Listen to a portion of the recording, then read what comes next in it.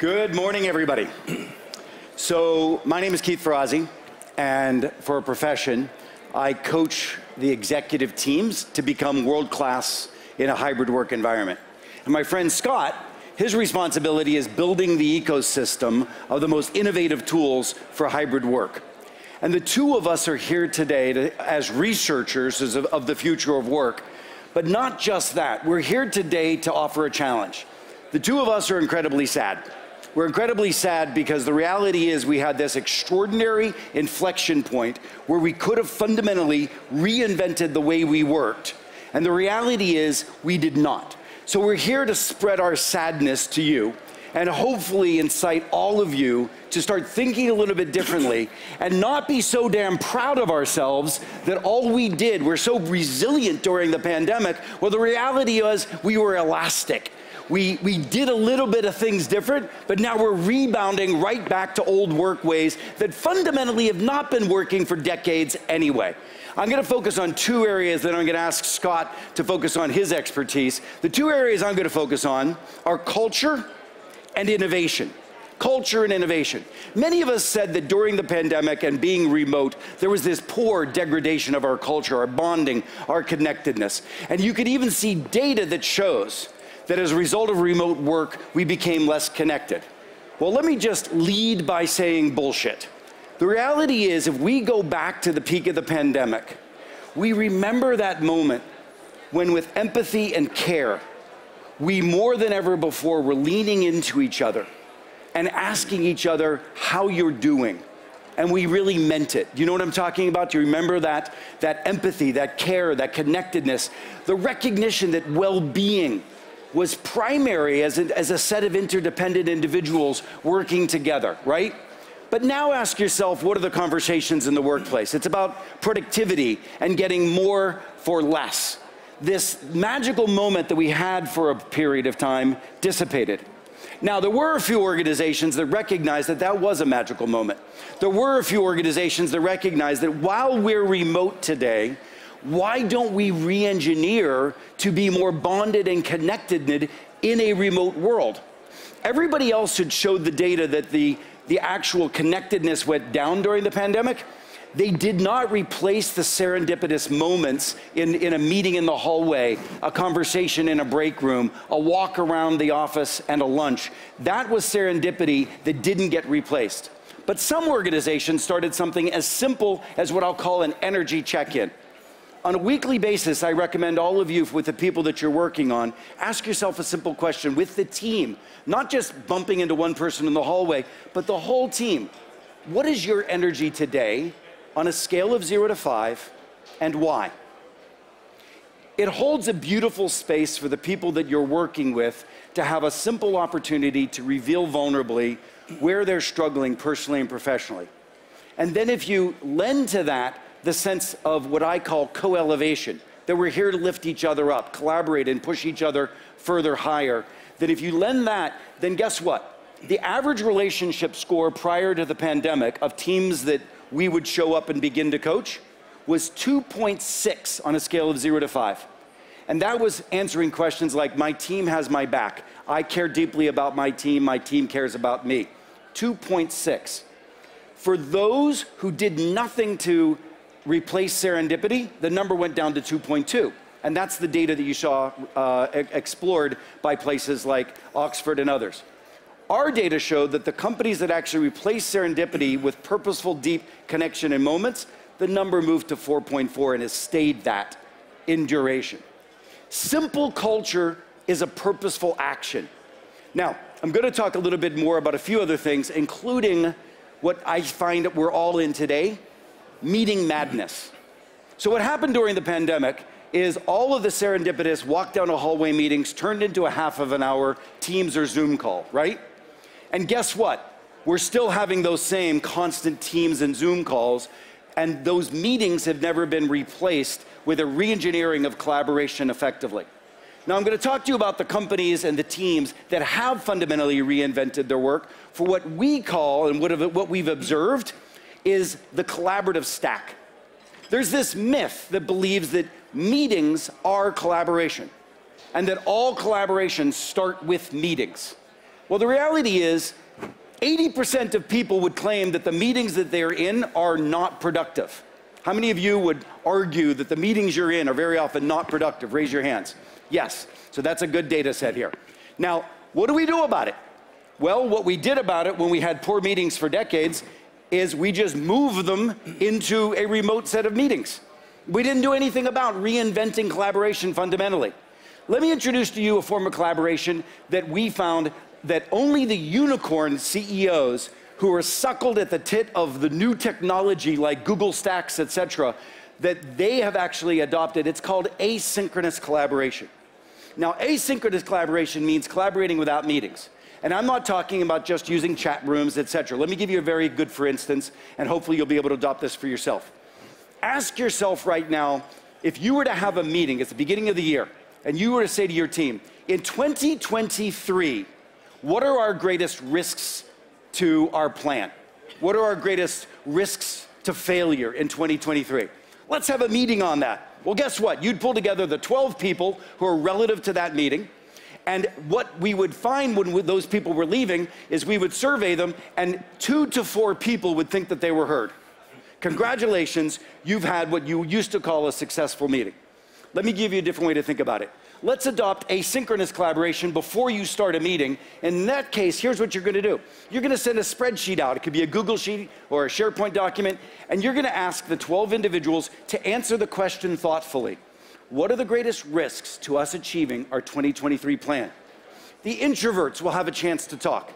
The individuals who don't just want to react instantly, but want to be a little bit more contemplative would speak. And those individuals that would have dominated the conversation in the physical meeting would actually only have as much space as everybody else would. Then you as a leader, you look at those 12 answers and you ask yourself, wow, that's powerful. Let me have a few meetings where the specific agenda is clear, what those risks are, and only the people relevant to that meeting and for that particular risk would show up. That's when you realize that you're working up and down the collaborative stack, not using meetings as the primary form of collaboration, but you start with asynchronous. You then move to remote meetings where you could have 50 people in a meeting. The many of you are rolling your eyes and saying, that's ridiculous. How can I have 50 people in a meeting? Well, if you use the breakout room function, you can have a provocative question put to 50 people, snap your finger, everybody goes to groups of 3. They answer that question in groups of 3. They add it in a Google Doc. They come back into the main room. Now you've gotten full input from 50 individuals in your organization. We were facilitating groups with 300 people, breaking new codes and crowdsourcing innovation because we're working up and down the collaborative stack. Asynchronous, remote meetings. Yes, and physical meetings are equally as important for the emotional bonded social chemical things of celebration, gritty issues, but you don't necessarily need to start with a physical meeting when in fact you could use all up and down the collaborative stack. Now we all know about hybrid meetings, those things that we always used to do when somebody was on a phone call, or now we see, you know, still you got a camera up here and you've got a bunch of little ants. Well, let me introduce you to somebody who's probably the world's leading expert in re-engineering hybrid meetings, Scott Wharton from Logitech. Great. Thanks, Maris, Keith. So the conventional wisdom is, in a hybrid world, we're going to work from home about 2-3 days a week and then come back in the office 2-3 days a week, right? Well, I would say there's one fundamental thing that's wrong about that assumption. And that I think for many of us, I know from my perspective, most companies now are not only hiring in the geographical area where your office is. So it's no longer a requirement that everybody in general needs to be about 20 minutes away from your office, but I think many of us are hiring people that are outside of that area, maybe around the country or around the world. So what does it mean to say that you're going to come in 2 or 3 days a week to the office when you live 1,000 kilometers from your office and you're not around? Even more so, you may be saying, all right, I'm going to go into my office. I live close by. But what if everyone else that you're working with is not there? And they're distributed. So it doesn't really make any sense to say fundamentally that we're all going to go back working in an office 2-3 days a week, because I think the way we work and the way we're hiring has fundamentally changed. And I don't think it's going to go back. In fact, it's probably going to go more in the direction of hiring people everywhere, right? So what I would say, this creates 2 fundamental big problems and big technology problems that I want to talk to you about. So one of them is, if you're going to have these meetings and people are going to be distributed both in rooms and at home, how do you handle that? Now, prior to the pandemic, doing a meeting was pretty straightforward. You all got into a conference room, and usually you had a video meeting. Maybe it was a terrible audio meeting. Let's say it's video. You got everybody together in a room, and you connected them together. We could figure out how to do that. It worked pretty well. And then the pandemic hit, and then we had to flip it completely. We all went from being in these conference rooms to being remotely. And we were in our small little boxes, and they were all equally sized, and I think most of us would say that worked pretty well, right? Well, now we're moving into a world where you don't have that, where maybe you have 12 people who are in this conference room, and then 12 are remote. So the remote people are looking into this room. I'm sure many of you have had this experience. Now you're looking into the conference room, and one of those little boxes has 12 people. And you can't really see them that well, and they're talking, and maybe you can't hear them that well. And then what happens if someone shares some PowerPoint? Now, it's not a human being video conferencing. You're really talking to ants. It doesn't work. And I would say that I'm in the video business, and it fundamentally doesn't work. So one of the things that we're working on from an industry point of view is taking a playbook out of sports. So if you just watch the World Cup, I'm guessing almost all of you have, one of the things that's great about it is there's not one godlike camera following the action around. There's many cameras, smart director, and in some ways, I think you could argue watching the World Cup is probably better watching it from home in Munich or London than being in Doha. So the model that we're trying to use for video conferencing is the same thing from big sports. Multiple cameras, moving them around the room, distributing it, and smart AI to be able to move the camera to the right place. Now, in an ideal world, we'd have Steven Spielberg getting the best shots. We can't afford that. So we're going to use software and AI to be able to capture that. So this is one of the areas that is rapidly improving for video conferencing to make these, I would say, pretty bad experiences where you can't see and hear people in the room better, so that in some ways your hybrid experience is better. So that's one problem and one solution.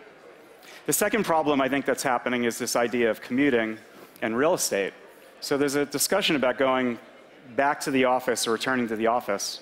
But do we really want to go back to the old way of the office where we're basically, the idea was we're all crammed into as small a space as possible, and we were all laid out in rows, sitting there basically during the business day from 9 to 5.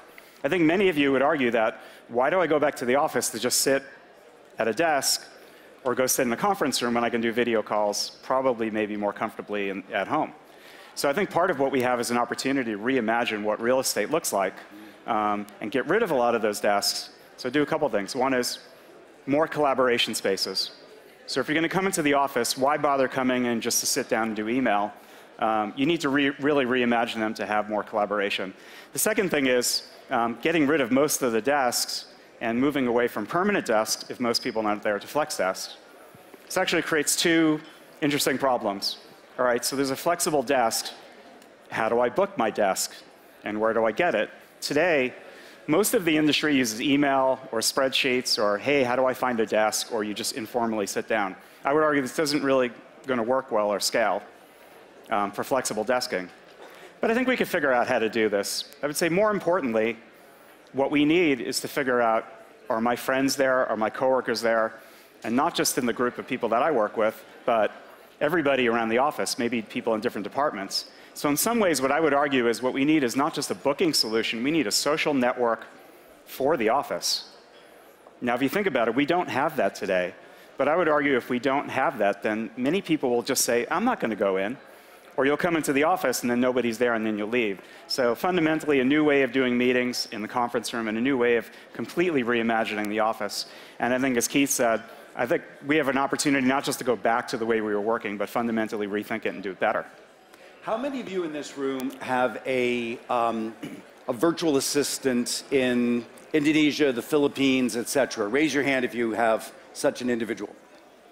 Interesting. So probably one of the most powerful things I could offer you is for somewhere between 12,000 US and 20,000 US, you can have a full-time virtual assistant a year who will work on your time zone, who has been educated in English, most likely, or your language, and this individual is extraordinary. We took our entire marketing organization and we've moved it to the Philippines. And this group is extraordinary, incredibly insightful, and I had to get over the prejudice that I think many Westerners have that says, you can't really manage virtual assistants or virtual associates because they don't quite get your line of business, et cetera. The reality is there are $100 billion companies in these regions who have extraordinary leaders, and it really is our own Western prejudice to think that you can't find extraordinary employees in other parts of the world who, by the way, have been normalized to work on our time zones. Now, this is something that you should be considering in terms of really being a global hiring, as Scott was recommending. And one of the things Scott was mentioning was this idea of we're now all debating, or should we be 2 days in the office, 3 days in the office? I'll give you my prediction.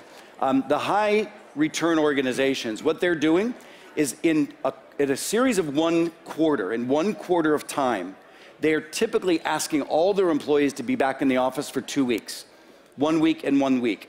This allows full collaboration and for people to be engineered to celebration, reward, fun, gritty conversations, but it's all happening at once. Now, what happens to real estate when in a quarter, your headquarters is only used by, in those 2 weeks? I was talking to a number of real estate developers. I think we're gonna actually start to see headquarter stacking, where the same headquarters is actually used by multiple companies for consolidated periods of time. I know that's a little bit weird and aggressive, but I think we're going to start thinking about new solutions in that way. We've got a minute left. What we really want to do, and by the way, can somebody throw up the QR code if we could advance a slide? I don't know how this works. Maybe I can do it. Yeah, there you go. Recently wrote, if you want more of these tips and tactics, we recently wrote a white paper that we haven't yet published. It's on its way to the Harvard Business Review, but you're welcome to bring it down, and it's a lot more details. We only had 15 minutes, and I think our intention was really simple: to make you as sad as we are that we didn't use this precious opportunity. We didn't use this precious opportunity to reinvent work as we should have, and to make you curious. To make you curious that you need to personally rethink not where you work, but how you work. And with that in mind, Scott, is there anything else you want to leave this team with? Just say, if you think about a meeting 2,500 years ago, it's probably fundamentally not much different than it is today. A bunch of people sitting in our room talking. And I think we have the fundamental ability to make meetings better. After all, that's probably most of what we do. I think we not only have the ability, we have the obligation. I grew up in Pittsburgh, the son of an unemployed Italian immigrant steelworker in the 70s, and the entire city crashed because the steel industry in the United States was not keeping up with what the Japanese cutting-edge thinking of ways of work were, and it killed an entire city, and I was a part of the destitute families as a result. That's why my passion is here. We can save jobs, we can make organizations more productive, but not unless we're fundamentally constantly looking to reinvent the ways we work. Thank you all very much. Thank you.